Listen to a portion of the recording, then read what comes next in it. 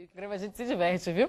99515500 para você mandar suas perguntas para cá para o estúdio. A gente está conversando hoje no quadro Nossos Filhos sobre alienação parental com o psicanalista Dr. Cláudio Mello e a defensora pública doutora Célia Padilha. E várias pessoas fazem perguntas, viu? Um anônimo diz assim: doutores, gostaria que a Rita falasse um pouco mais sobre esse negócio com nome complicado de vocês. Esse negócio com nome complicado, porque tive um caso, ele botou entre aspas, com uma senhora há alguns anos. Nós temos um filho pequeno e ela vive falando mal do menino para mim. Não ganho lá essas coisas, mas faço questão de dar despesa do menino todo mês. Não fizemos nada na justiça, só amigavelmente, mas ela agora fica dizendo pro meu filho que eu não presto, que eu não valho nada, que eu abandonei ela, ele e a casa. Gostaria de saber o que fazer. É uma coisa interessante essa questão da separação, porque não devemos ver uma família completa, uma família saudável, quando os pais estão casados.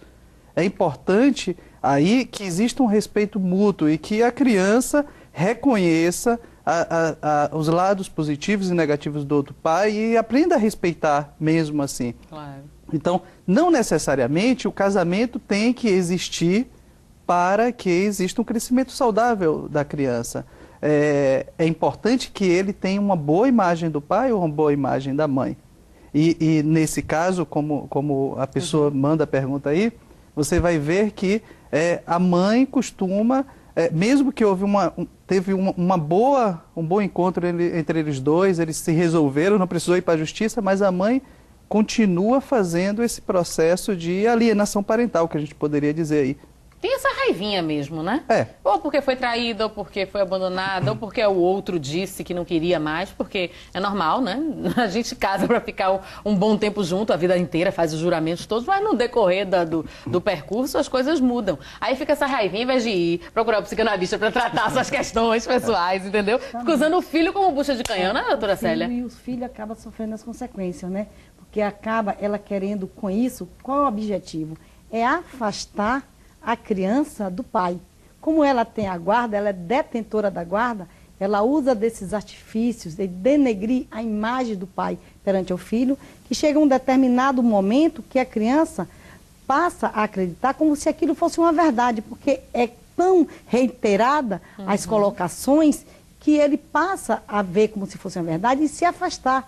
E quando você vai recuperar, tentar aproximar, isso já criou danos para a criança e um possível afastamento na relação. Você vê como é séria esta questão da alienação parental. Doutora Célia, falta um minuto para a gente terminar, mas eu tenho que fazer essa pergunta aqui. Depois, todas as outras vão ser encaminhadas à medida para o doutor Mello e para a doutora Padilha, viu? Fiquem tranquilos. Mas essa aqui, que eu acho que é uma coisa que eu sempre falo e que acontece, né? Eu percebo que acontece mesmo. Anônima diz o seguinte: sou separada há 5 anos do meu marido, agora já estou com outra relação e o outro filho do segundo casamento.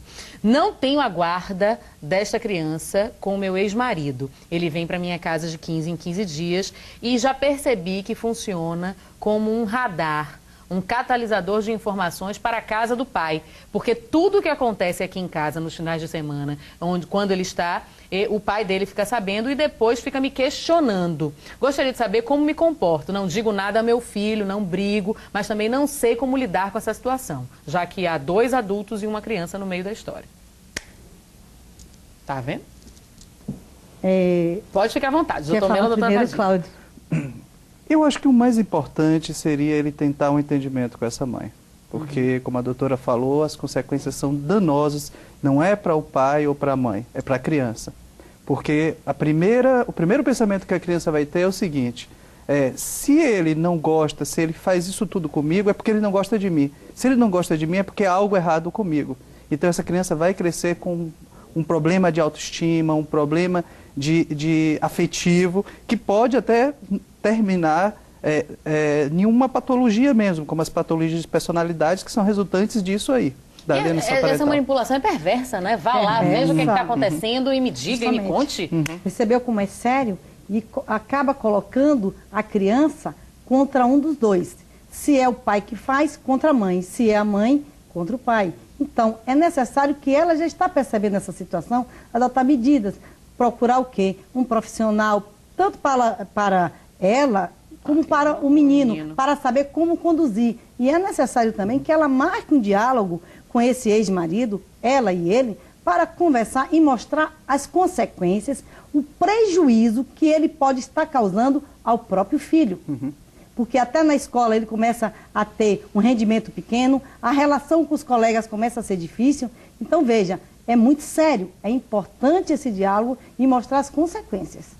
Doutora Célia Padilha, doutor Cláudio Melo, muitíssimo obrigada pela participação aqui. Eu sei que é um assunto para um programa inteiro, né? Mas o tempo é curto, mas muitíssimo obrigada mesmo. E as perguntas que sobraram aqui, a gente vai mandando para os e-mails, tá certo? Os senhores me ajudarem também nessas respostas. A gente é que agradece, Rita, e a gente está sempre à disposição, a Defensoria Pública, para estar esclarecendo e mostrando o trabalho para o cidadão. Tá certo. E lá no OLOS também, que eu sei disso. Espaço OLOS. Muito obrigada.